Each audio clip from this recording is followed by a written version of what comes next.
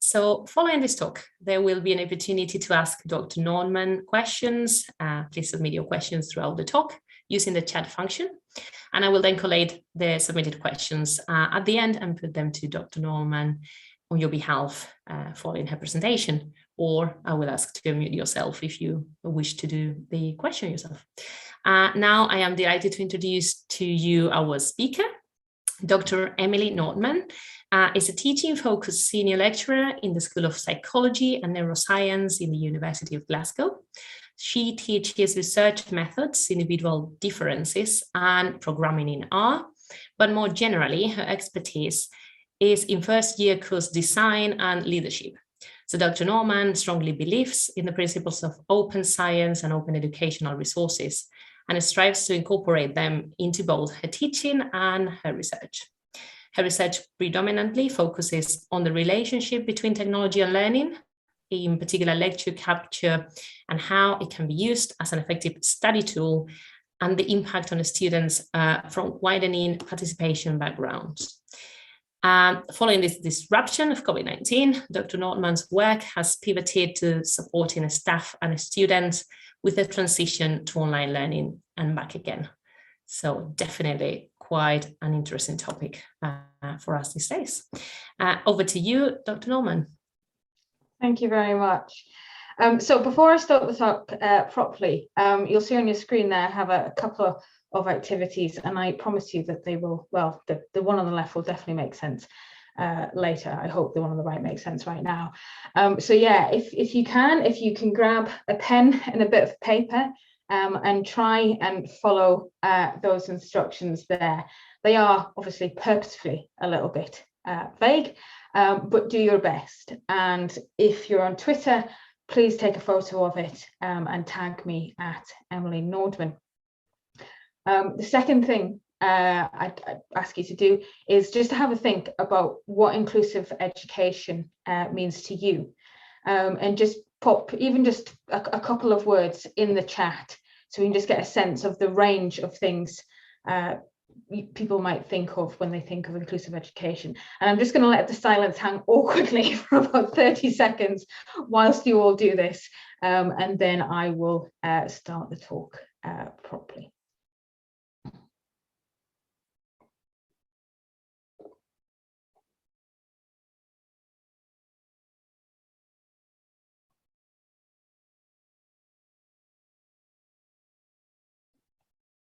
I'm terrible at silence, as my first years will tell you.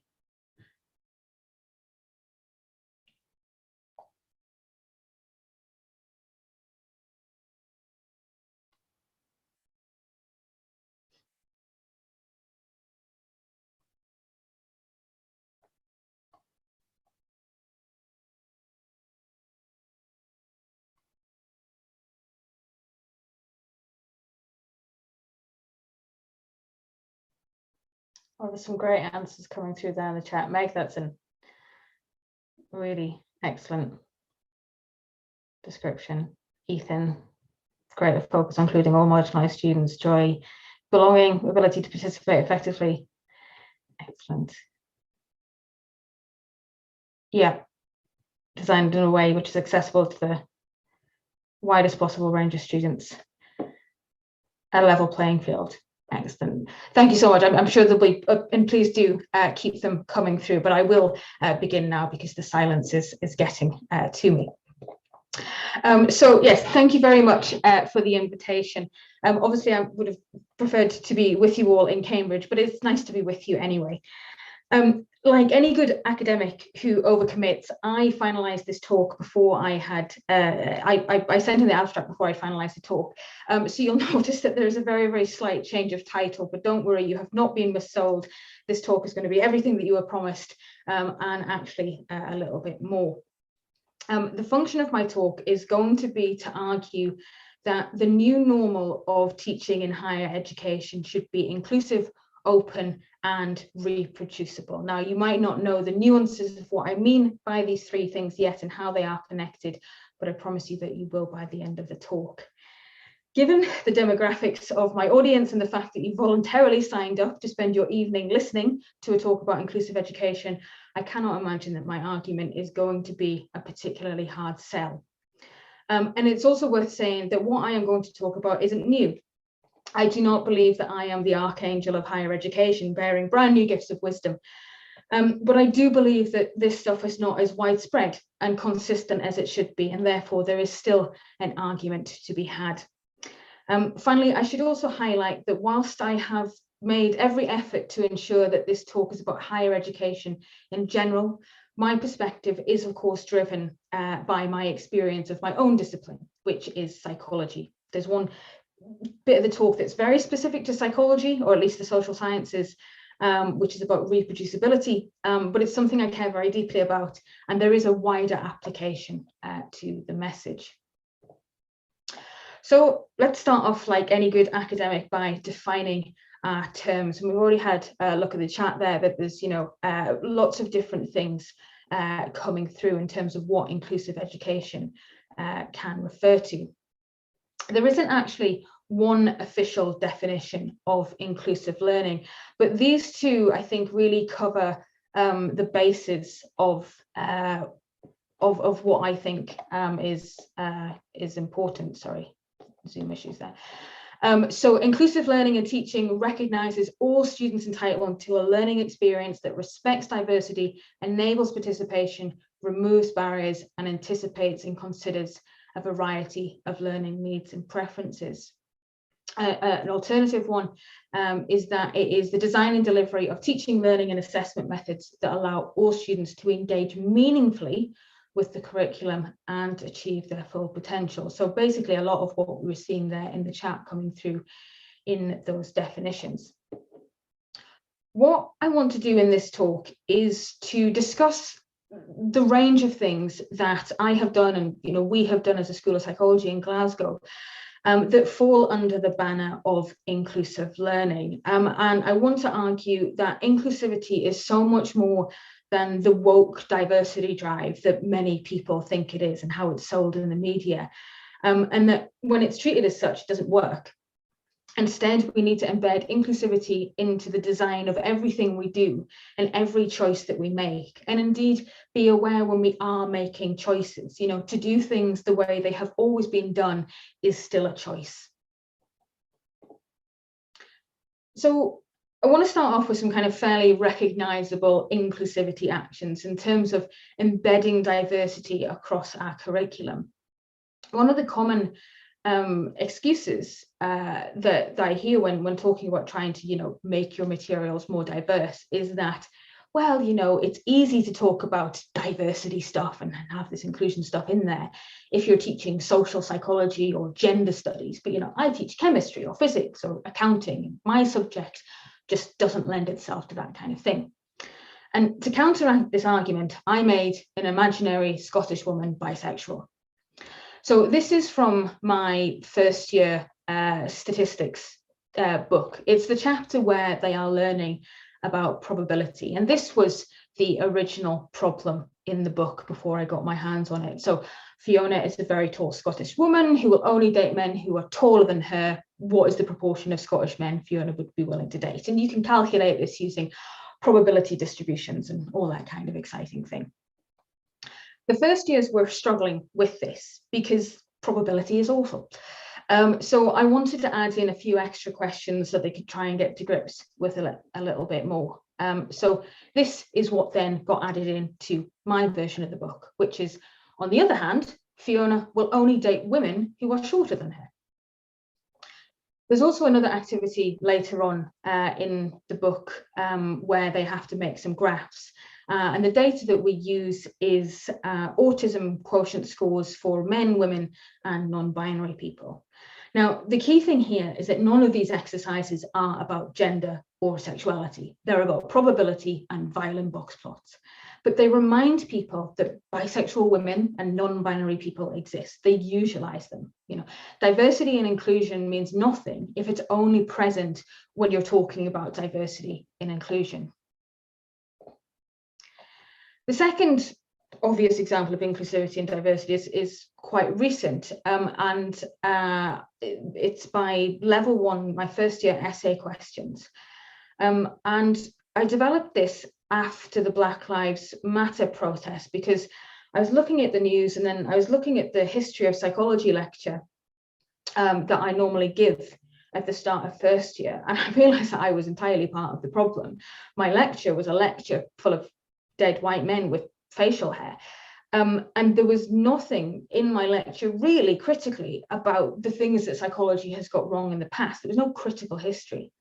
And then I started looking through the textbook that I was giving to my first years, and I realized that in the entire textbook, it didn't mention eugenics once.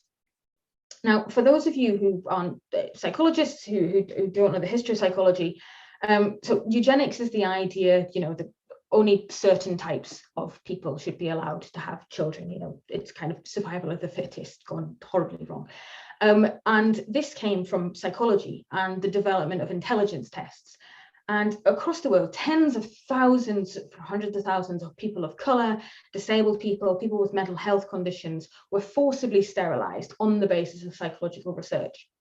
It was also used by the Nazis for justification and so on. And this wasn't mentioned at all. So I started thinking about all of the other stuff that hadn't been mentioned. Where were the people of color, the women, the history of gender and sexuality?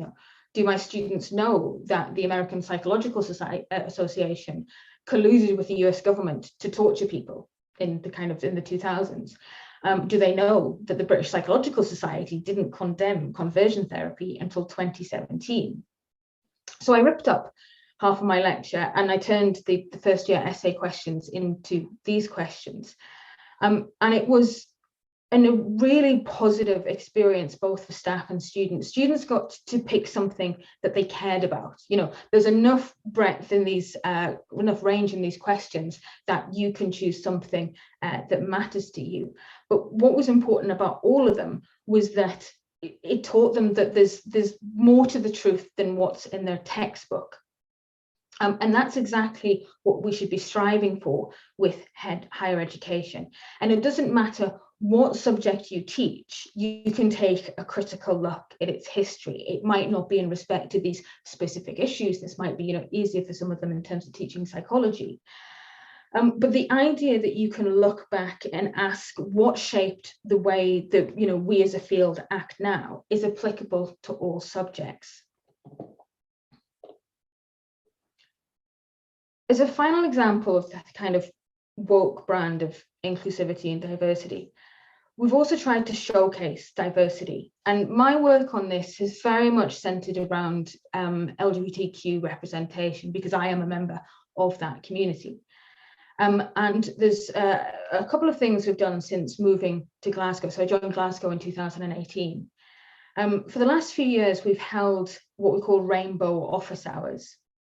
So it's myself and 3 or 4 other queer members of staff, and we put on an extra hour of office hours for National Coming Out Day, and then also for International Day Against Homophobia. And the idea is that the students can come and chat to us about anything LGBT related. They don't have to be LGBT themselves, but they can, it's that kind of safe space to come and talk to us. But actually, the important thing about those office hours isn't the office hours themselves. It's the fact that there are 4 or 5 members of staff who are willing to be open about the fact that they're LGBT. And it's important because you cannot be what you cannot see. You need to see people like you that are in good careers, who are successful. And I'm very proud that this idea has started to spread. So in Glasgow, we had someone run first generation student office hours. There's discussions about kind of doing it for people of colour. Someone saw me on Twitter talking about it, and now the University of Edinburgh's staff network also run these kind of office hours for their students as well. We've also set up things like an LGBT reading group. I encourage staff to add their pronouns to their email or Zoom or slides, and the school social media accounts mark, things like awareness events and so on. There's not one bit of this that makes it work. It's all of it. Yes, we're LGBTQ inclusive on the specific awareness days, but it's it's just part of who we are as a school, and the impact on students and staff is so meaningful. So much of the talk about inclusion and diversity in the media can be focused on this fallacy that somehow the younger generation are these woke little snowflakes. And it is as inaccurate as it is insulting, I find. I have queer colleagues, I have trans colleagues, and they benefit from this environment just as much as my 17-year-old first years do. And I want to talk about a few things that are perhaps less obviously inclusivity initiatives, but still speak really strongly to the idea of allowing students to engage meaningfully and to removing barriers from participation. And the first thing is explicitly teaching study skills in the core curriculum, regardless of the subject being taught, and doing this as an inclusivity issue. Many, if not most, university students do not know how to study effectively at university level. And here's the thing, why should they? The reaction I get to that statement tends to depend on what room I'm in. But if you think about it, if you've never been to university before, why should you be expected to know how to do it effectively? Yes, there will be some overlap from school in terms of some of the skills, but when it comes to things like, independence or critical thinking, the idea that there isn't one right answer to a question, or even just very kind of context-specific things like how to take notes in a lecture, I can assure you that as someone who has acted as head of first year at 2 different institutions, they're not being taught this stuff at school. And what it means if you're not being taught this stuff at school is that the system advantages people whose parents can teach them this stuff. If you are the first person in your family to go to university or your care experience, you're at a disadvantage because you don't have someone to give you pointers about how to manage university level study and what to expect. To try and address this, we have incorporated a how to study lecture into our curriculum. This isn't an optional extra. It's not an induction lecture in Freshers Week. This is their first proper lecture. It's day 1, week 1, lecture 1. It's the lecture that has the highest attendance across the entire year. And we discuss things like what to do before, during, and after lectures, how to manage your time, what are effective study strategies. And we also define things like, what do we actually mean by things like office hours? This lecture is by no means a panacea, and I'm certainly not claiming that this one lecture fixes all of those problems. Particularly this year, given the disruption, we're seeing some students really struggling with the transition to university level study, but it's a start. It's a clear statement of what we expect and when we expect it. And it begins to unravel some of what we call the hidden curriculum, the stuff that we think all university students should know, but that we don't actually teach them.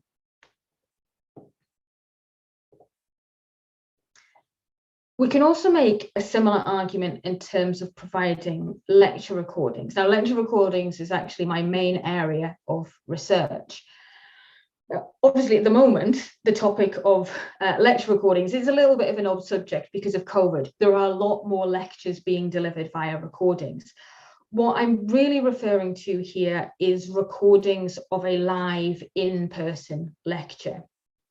And the provision of lecture recordings is a really, really divisive issue amongst teaching staff. People can be very, very strongly against it for a number of reasons, some of which are pedagogical, some of which to do with performance rights and intellectual property. There are a few factors that are relatively uncontroversial. So, for example, we know that non-native speakers and students with learning disabilities hugely appreciate the provision of recordings. And we also know from the many studies that there have been on staff attitudes to lecture recordings that these two are quite frequently cited as acceptable reasons to provide lecture recordings. However, one of the main concerns when it comes to lecture recordings is that attendance will fall. If you provide a recording, students won't turn up. And there are several responses to this, and I promise you that it will very quickly become clear why I am talking about this in a talk on inclusivity. First, if you look at the evidence on lecture attendance and the provision of lecture recordings, there is no strong evidence to support the argument that providing recordings impacts attendance. A few studies do find reduced attendance. Most find no relationship. Some actually, I think there was one or two actually found improved attendance. And the inconsistency comes from the fact that what's driving attendance is the quality of the teaching and whether the experience they get is any different from watching it as being in the live room. This quote that's on your screens now by Bradbury was written pre-COVID, but oh my God, doesn't it hit home now after what we've all been through in the last 18 months? If a student can get the identical learning experience viewing a YouTube video in bed just as they can attending a lecture in person, why is this assumption not evident in other aspects of life? You know, why go to a live music concert or a talk or a football or a baseball game? You know, what is different between a live and recorded event is the emotional buy-in. So my first response to the issue of lecture recordings and attendance is it doesn't really line up with reality. My second response is to highlight what the data tell us about why students miss lectures. The number one reason students give for missing lectures is unavoidable absences. And this comes out in both quantitative research and qualitative research. So this includes things like physical and mental health problems, childcare, having to work, and so on. And there's not been a great deal of discussion about this because it's been very politically difficult to make the case that lecture recordings can be used as a second chance if you miss the class, because there's a fear that if you bring up attendance in any capacity, then the conversation will just stall. In 2018, we received funding from the Quality Assurance Agency in Scotland to look at how lecture recordings can be used to support widening participation students. So widening participation tends to focus on socioeconomic variables, so trying to encourage students from deprived backgrounds into higher education. But in recent years, that definition is getting a bit broader, so it includes people who have caring responsibilities, first-generation students, and refugees, for example. Part of that work involved conducting focus groups with these widening participation students about what lecture recordings meant to them. And you can see the socially progressive, inclusive case for lecture recordings jumping out so clearly from these quotes. I can go to work and earn money. It's a safety net. I've got health issues. I live far and away. It costs me money to get in. And the thing is, when you look at what they're saying here, it's about balancing cost and reward. Lecture recordings allowed them to make a choice, not through laziness, not through poor strategies, but a rational choice that all of us are now making all of the time. On Monday of this week, 2 days ago, I asked my dissertation student if we could meet online instead of our usual in-person meeting, for the simple reason that it was the only in-person meeting I had that day. And not going into work saves me about 2 hours by the time you factor in getting ready and walking in there and so on. Why is it okay for me as an academic to do that, but it's not okay for students to make the same rational choices? The reason that this is an inclusivity issue is that the factors that cause students to miss lectures are not distributed equally. If you don't have to work, if you don't have caring responsibilities, if you can afford to live near the university, if you don't have mental or physical health issues, great. I agree that you have fewer reasons not to turn up to class. But if you do have one or more of these pressures, on top of dealing with them, why should you have to justify your existence and out yourself as being in one of these disadvantaged groups to get that accommodation?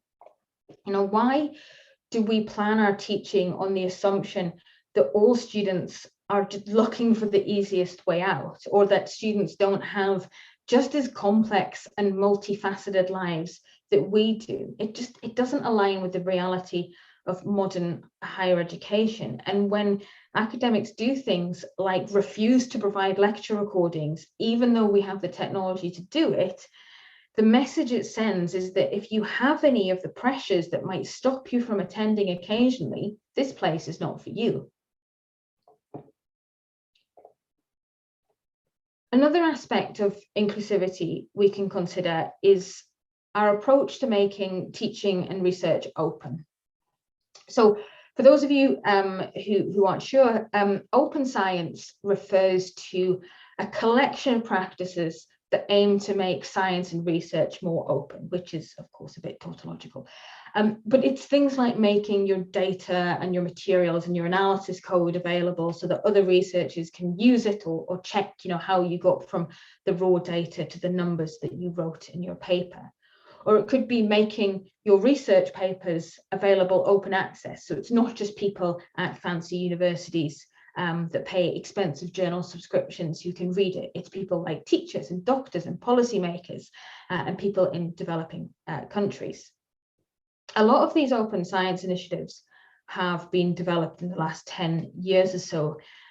Some more as a response to issues we've had in fields like psychology, where there's been cases of fraud or replication issues. Part of it's just because, the internet is now a thing and it's made these things possible.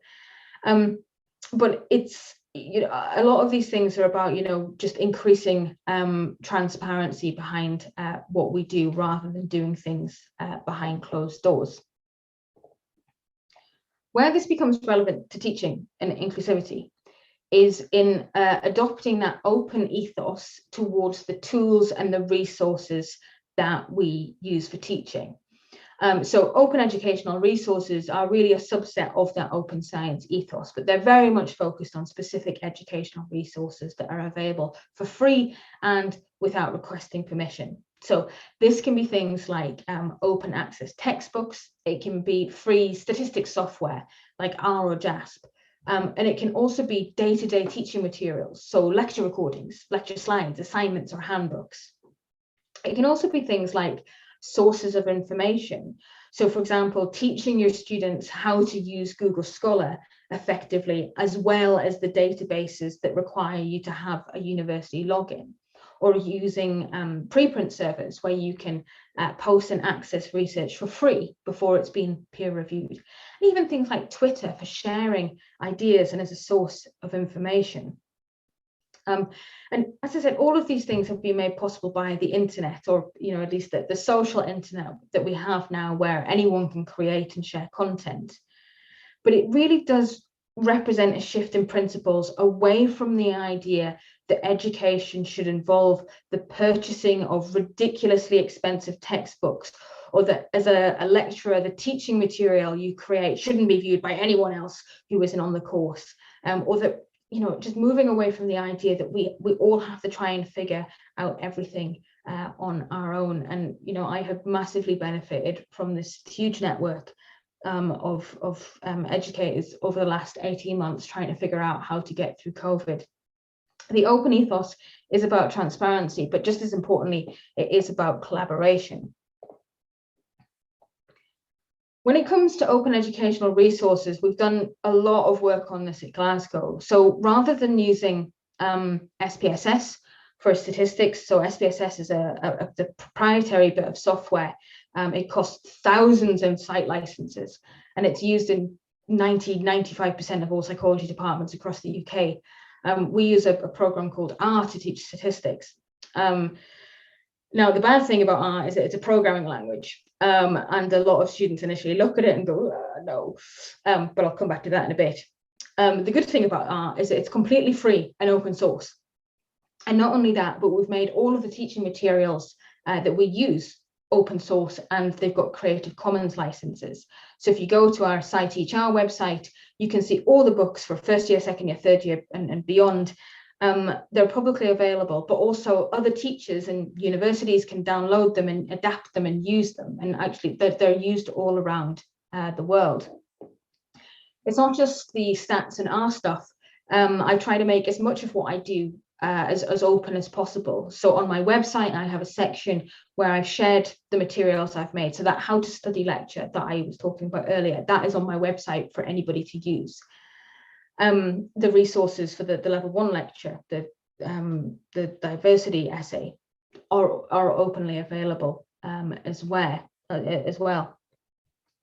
The reason that this is important is because an open approach is a sustainable and inclusive approach. I already mentioned, for example, all the people who don't have access to research papers because they don't have a university login, but that extends to the software we use as well. So SPSS costs the university thousands a year in licenses, but that also means that as soon as you leave university, if you're not in a country or if you're not in a country that can't afford to pay all that money, you can't then use that software. If you're trained how to use something that costs a lot of money, what do you do when you don't have that site license anymore? By using open source software like R, you're giving people the skills to use something that will be able to use long term, regardless of their income. One of our PhD students a few years ago actually went over to Palestine to teach programming and stats. And the great thing was, because we're using an open source platform, there was no issue of sustainability. She showed them how to use it. She gave them all of our teaching materials, and that was that. You can now continue without the fear of the funding running out.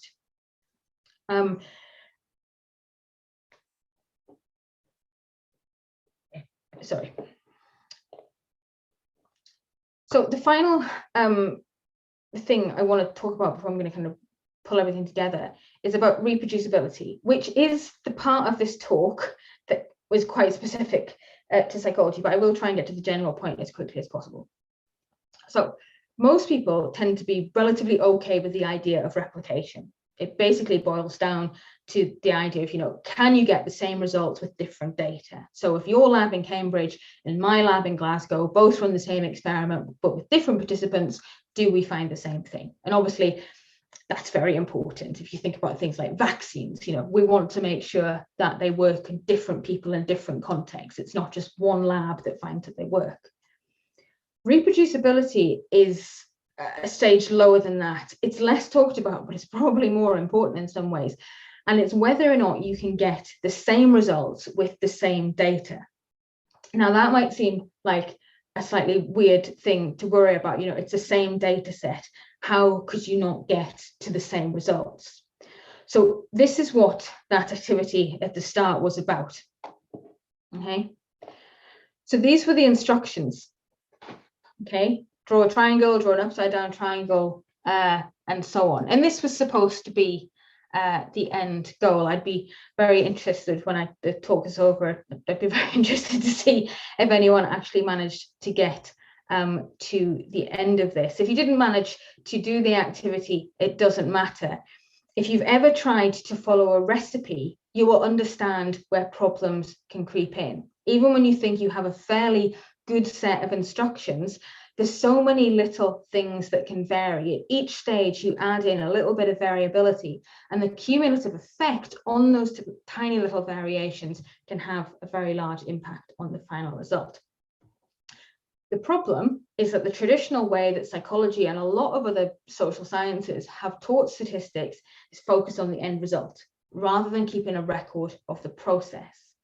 We teach our students to click a bunch of buttons on a program like Excel or SPSS, and it doesn't by default keep a record of what you've clicked, which means you're reliant on memory to reproduce it exactly. And human memory is, quite frankly, a dustbin. We're awful.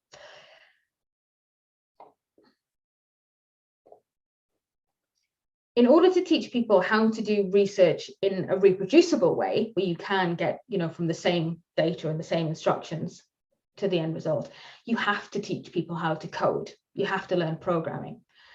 And psychology and most of the social sciences has historically taught stats in the point and click way, all around the world, not just in the UK. Historically, you can attribute this to the computing and software available, but in the last 10 years, it's largely been replaced by the argument that psychology students can't and won't learn to do this, and that we don't have time to teach it. And I promise you, I'm about to get to the inclusivity point. From an employability perspective, if you are teaching reproducible methods and programming, you are equipping your graduates with modern skills. Point and click software like SPSS is slowly being replaced by open source programming languages. Currently, we think there's about 10% of UK psychology departments teach their undergraduate students programming rather than point and click. Students at the programming institutions aren't learning anything less about developmental psychology or so on, but they are coming out with extra transferable skills. The reason that this is an inclusivity issue is because of who psychology and social science students tend to be, and they tend to be overwhelmingly women. And when people make the argument, which they very often do, I'm not being hyperbolic, when people make the argument that psychology and social science students can't and won't learn to code, what they are saying is that women can't and won't learn to code. Women are underrepresented in STEM subjects, and particularly in computing science. And this is a big problem because as the world gets ever more reliant on complex technology, programming is becoming an ever more valuable skill. Regardless of what field you're in, it will boost your employability. There are a bunch of reasons why women don't tend to go into computing science, but we as social scientists, as psychologists, have this amazing opportunity to provide a huge number of women with that skill as part of the research methods training that we have to do anyway. Most of us are just currently choosing not to. And it's really, really important to keep in mind that the only people who can't learn to code are people who aren't given the opportunity to learn. I know that was a very, very specific psychology example, but I hope that the general message comes through, which it's not just what we teach, it's who we're choosing to teach it to, and those biases can creep in. So what does all this stuff have to do with the new normal? Over the last 18 months, most of us have experienced what it's like to suddenly have our access to the world made more difficult. We've experienced restrictions to our daily lives. We've experienced how much of a lifeline a little bit of flexibility can be when it comes to trying to manage competing demands in difficult circumstances. I know that many people with disabilities are actually dreading the end of the pandemic, if it ever comes. Because in some ways, the last 18 months for some people have been the most accessible 18 months of their lives. And this doesn't just go for students in higher education, social events being run online, lectures and seminars being opened up to the general public, being able to work remotely. You can now hire the best people rather than the nearest people.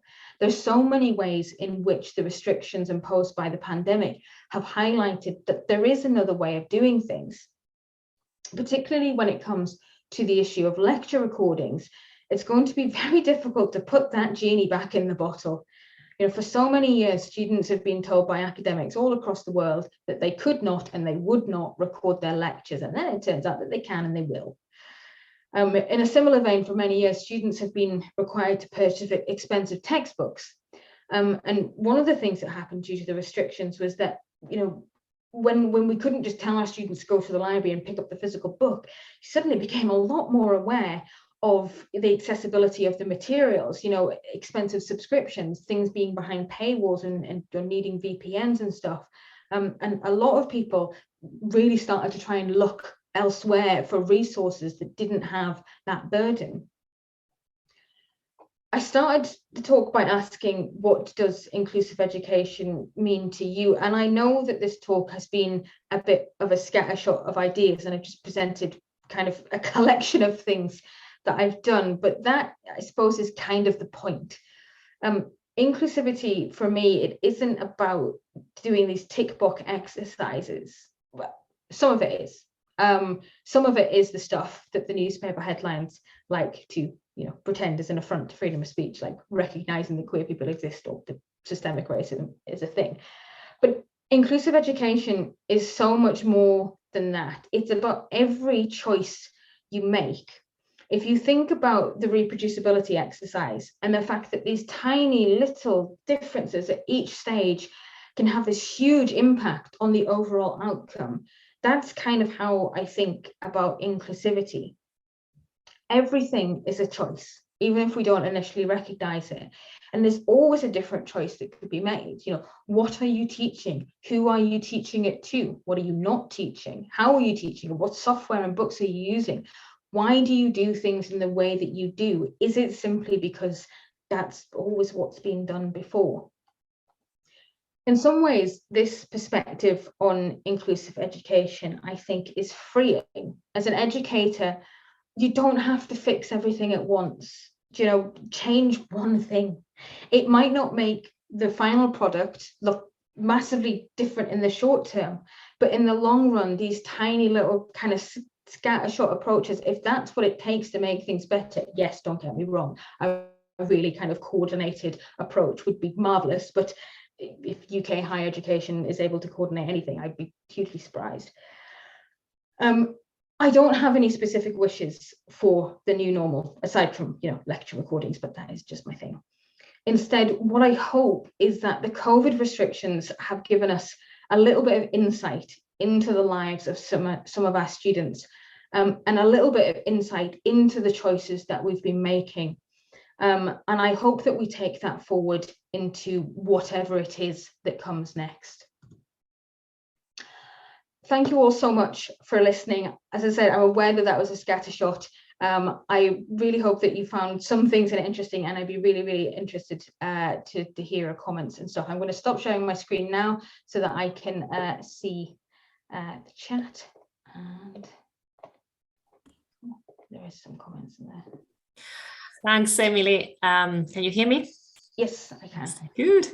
It was exciting. So interesting, some of the data that you showed and the correlations that you made there, of at least some situations I hadn't really thought of before. And we have a lot of questions and comments. So I think, for instance, I hope maybe Nick, I don't know whether you want to unmute yourself, because maybe you want to pose your question and maybe comment a bit on your situation. And I think, again, Della was also following up on that comment. So maybe one of you perhaps wants to unmute. Otherwise, I'll try to summarize then. So both of them are basically touching on your last point about lecture recording, basically. So they find it has opened quite a lot of opportunities for them as with disabilities to access that information that they couldn't have accessed in any other way. And they, one of the questions basically is, how do we ensure that it is kept this way as a permanent option going forward to open up further study to disabled and chronically ill people in the future? So you've touched a bit on that, but maybe, I don't know, maybe you want to just comment some on that. One of the question following that, how do we normalize part-time study, including very part-time study, being viewed as equal to full-time in terms of a status and funding? So I definitely don't have an answer to these questions, but I think they're really, really important questions. And I think, I do think that what COVID has shown is that there are other ways of doing things. UK higher education is really focused on, if you're 18 and you're in full-time education, you've got no other, issues or whatever, then UK higher education is made for you. But part-time, even things like the finance systems of universities don't work for part-time students, or if you spread things over, like the very core of what we do is so inflexible at every administrative and bureaucratic level. I think it has to come from a government level, in terms of, because the funding isn't there, the funding structures don't work. If you look at places like the US has quite a different approach in terms of like spreading your education over a greater number of years. There's a slightly more flexible approach there, I believe. I don't have a specific answer to this, but there is now what might come out of COVID, from the ashes, might be this sense that, okay, actually you can have people working online remotely. Before COVID hit, there were, apart from the Open University, I think I struggle to think of an undergraduate degree that was delivered online. Postgraduate degrees, yes, but undergraduate degrees, no. And actually, I think a lot of my students, not, still not a huge proportion, but I have had a number of undergraduate students who I think realized last year that actually an online degree would be so much better for them. And we're not currently giving people that choice. But what we've now seen is this massive upskilling in academics. I've worked with academics who refuse to learn PowerPoint or put their slides on Moodle and stuff like that. We've seen quite a shift. It's been a forced shift, and it's been a difficult shift in some cases, but there's been this massive upskilling. So yeah, just to keep saying the same thing, I don't have an answer, but certainly, hopefully, what we'll start seeing is that change is starting to be made because of this realization that things don't have to be the way. And I think it's just really important to keep that conversation going so that people don't forget. I do have this worry that we're going to forget what we learned.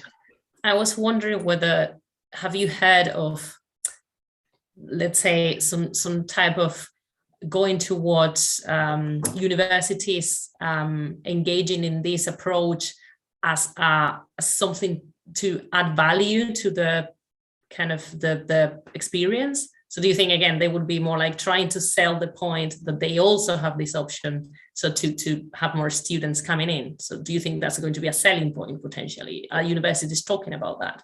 So at the moment, I feel like everyone's still firefighting. I think that we're still not at that level of trying to think. Yeah, I think we're largely just trying to firefight our way out of the pandemic. I know that there's been some shift back to on-campus teaching in England. It's been mostly online in Scotland. We've had still, all of my labs are socially distanced, everything's masked, so we've got 25% of our teaching online. So I think we're still in the middle of it right now. Certainly it would be a selling point. There's then, I suppose, the issue of staff workload, which is that one of the issues with part-time degrees is that you tend to spread them over the summer, and it ends up rolling on. So there'll be multiple angles to look at this from, but I think it is something that our higher education system isn't fit for the society that we have. And certainly, from an inclusivity perspective,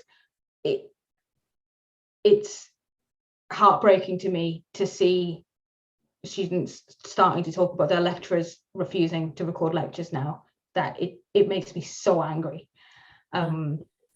Yeah, I don't think I answered that question very well. I'm sorry. I think again, it's something that you can't, as you mentioned, you can't really answer because there's not a particular regulation or something towards it. So I guess it will just come in the future somehow. Very briefly, then I'll come back to Na's question. But I think, again, Della was following up on that. I think actually she was talking more about having issues, for instance, when you leave university, or in this case, Cambridge, not having access to papers anymore, like journals, and kind of whether that's something that you think can be change somehow. Again, I guess it's more about regulations. Or and then one question that she has is, are women disproportionately affected by this and other related issues?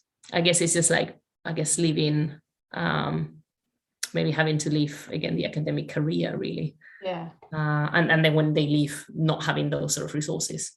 I mean, I think with the issue of being able to access journal articles, I think one could argue that it's not the institution, it's the funding, it's the journal model of subscriptions and everything that's at fault. But you can also say that it's the institution could bake in, how do you get around this kind of thing? So things like teaching even simple things, and it doesn't get around it completely, but embedding like how to use Google Scholar, how to use preprint, the existence of preprint services. Archive. Yeah, it doesn't fix it, but it gives you those options for things. Hopefully the funding model of journal subscriptions will be changing over the years, but Yeah, sorry, the question was about, are women disproportionately affected by this and other related issues? So, I mean, the leaky pipeline of academia, of course, women leaving before they, get to levels of seniority. Absolutely. I mean, I think it's systemic, and I think every issue in higher education tends to be worse for women. It tends to be worse for people of colour. You do have those systemic barriers that just come in at all levels. Yeah, and we think about, like, let's go back to lecture recordings, because it's a thing that, it's my thing. For women, childcare, more likely to be women. Caring responsibilities, more likely to be women. Those, all of those things that require that extra flexibility, more likely to be women. So I do think these issues are gendered. Then you may be seeing some of the questions, perhaps, I'm not sure, but just in case you want to jump to some of them. But otherwise, I don't know whether now you have, I think, some comments. Not sure if you want to unmute yourself, perhaps, and go through some. Maybe again, I don't see any questions. So maybe it was about. I just want to, if we just address John's comment about captions and the particularly about deaf and hard of hearing students. Absolutely. The captioning thing is well, again, I don't have an answer to this stuff, but it is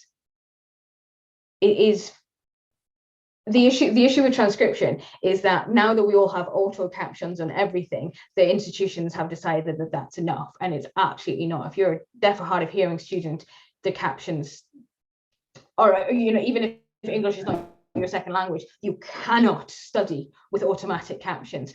And I think it's one of those things where, even if there's not a specific answer to them, because accurate transcription costs, time and workload and stuff, the recognition is still really important. I think we're not even at the stage yet where institutions are even saying, okay, we recognize this as a problem. I think for disabled students who need accurate transcriptions, then it's absolutely on the university to provide that under the Equality Act. I think not to do that is would be illegal. But the automatic transcriptions have kind of been waved away as like, oh well, we've sorted it now. But yes, it's definitely not a homogenous group. Yeah, and so I hadn't. Yeah, again, when you don't need certain things, you may not realize that again, it's a bit of an issue. Don't know whether. I think there was some more comments.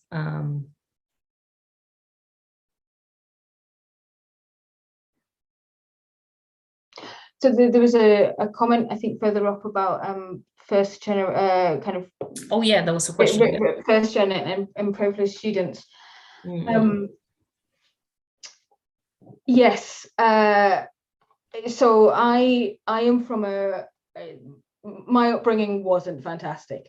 I grew up in a rather impoverished part of the northeast of England, and I went to the University of Edinburgh, and that was a lot. That was the first couple of years there were really difficult. My accent is now much lighter much milder than it used to be, because I forced myself to stop talking in a certain way because I would be mocked. And I say book. I used to say book, and that it was something I had to do, and it was a really, really difficult transition because of the things that you've mentioned there. Like, you don't have the educational trips, all of this stuff. You don't have someone at home helping you out. I think my flatmate taught me what an artichoke was in second year. That's what I learned in second year. Didn't learn statistics, but I did learn what an artichoke was. It's a really difficult issue. I think there's some things that we can do as an institution. So things like, for example, teaching everything explicitly, not trying to go through your curriculum, go through your handbooks and pick out what language are you using that has implied knowledge behind it, and picking that apart, particularly in first year. things like, the rainbow office hours, I would like to see them rolled out more for first generation students as well, first generation student networks. But yeah, it's a systemic issue though, and it's how do you fix something at an institutional level that is baked into society? I don't know. This Q&A has just been saying that I agree and I don't know. I suppose, again, maybe making more awareness of it, keeping the conversation going so that people can't ignore it, even if they don't have a specific answer to it. Even recognition that it's an issue is important. Yeah, and I've just realized Aphrodite's about direction I wish to see more of in inclusion in education for neurodiversity and widening participation. So I think this for me is really tied to how we're coming out of COVID. I think widening participation in terms of things like the lecture recordings and stuff, that flexibility, I think that's really important. I think in terms of neurodiversity, online learning has allowed people to engage in different ways. Group work can be done where you don't have to meet up and have this social thing. You can work effectively as a group without having to sit in the same room. I hope that there's, again, just that more research done into the different ways of doing things. And there was one of the definitions at the start someone gave was about, universal design for learning, the idea that you don't kind of put these things in place for specific students, that the course is designed in such a way that it's flexible. I think that's what we need to strive for, which is, embedding this stuff so that people who have these pressures, or disabled students or neurodiverse students, don't have to ask for it. That is incredibly blue sky thinking. Yeah. So I think probably just we can just skim quickly through Nick's comment, if you feel you want to comment on that. But the lecture slides for that lecture are on my website, Nick, and they have a Creative Commons license. So if you would like to use them, steal them, share them, they are there. So Emily, thank you very much. 7 already. And I think, again, lots of information there for people to go and check the websites that you also showed in your presentation, and all the resources that you've mentioned. So that will be a lot of things to catch up with. So thank you very much, and just reminding everyone, as Ella has just shared, website with the following events in college. I hope you all have a good rest of the week, and maybe see you in the next Live from Lucy. Emily, thank you very much. I hope to see you soon. Thank you. Bye-bye. Bye all.